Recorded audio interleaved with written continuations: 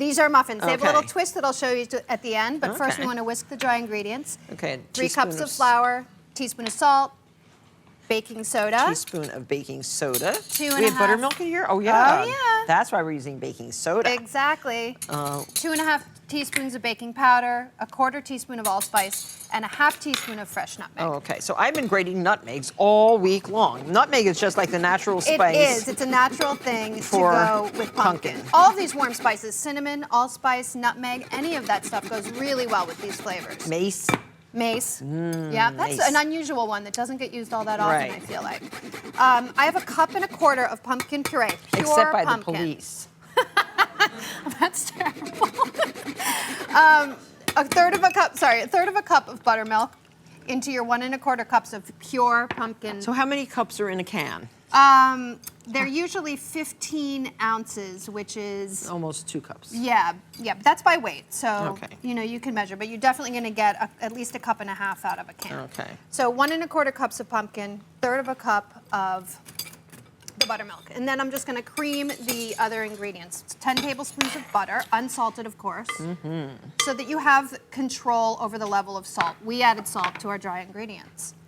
3/4 of a cup of light brown sugar. Light brown. You could use dark if you like a much more intense flavor. Go I ahead. do. That's a personal preference, and both of them would taste nice with the pumpkin. I mean, you know when you're getting a canned pumpkin puree that you're going to have a consistent quality, which you don't always know when you're Right. buying fresh, right? So that's an advantage of No, it. and it tastes good. I mean, they actually use good pumpkins for the can. Yeah, exactly. So just cream this until it's light and fluffy. Then you add your eggs. This is like a standard method for Beginning of a cake. anything baked. Well, okay, many baked goods, Many, not yes. anything baked. There are a lot of different methods, but this is one of them. Just want to scrape this down. This is a big mixer, so you're going to need to scrape it maybe more than once. Yeah. Depends on the size of your mixer and the size of your recipe, but not everybody's going to have a special size mixer for every recipe. You add your eggs one at a time and then beat until they combine. And then you add your dry ingredients alternating with the pumpkin mixture. So dry first. Make sure you turn down your mixer when you do this. I can't tell you how many times the flour has flown all over the place. It's best not to do that on television in any case.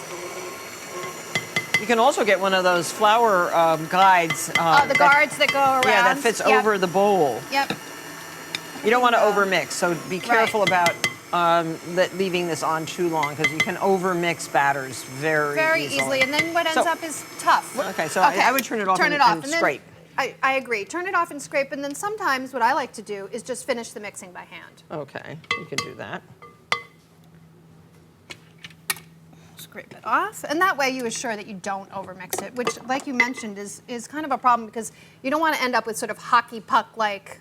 No, you want They want nice, them light nice and light. muffins. So these bake for about 30 minutes. Okay. Then they cool for 10 minutes, and then you brush them with butter. This is sort of the last final touch. It makes them kind of like donuts, and then toss them in cinnamon sugar. It's kind of indulgent. Just like how much cinnamon? About 2.5 teaspoons of cinnamon for 3/4 of a cup. So it's pretty cinnamony. And then you have these like amazing, But the buttery, butter makes this. cinnamony. Yeah. Oh my gosh. It makes the cinnamon sugar stick. That's the secret. Oh, It I love is. that. I'm gonna look how beautiful those are.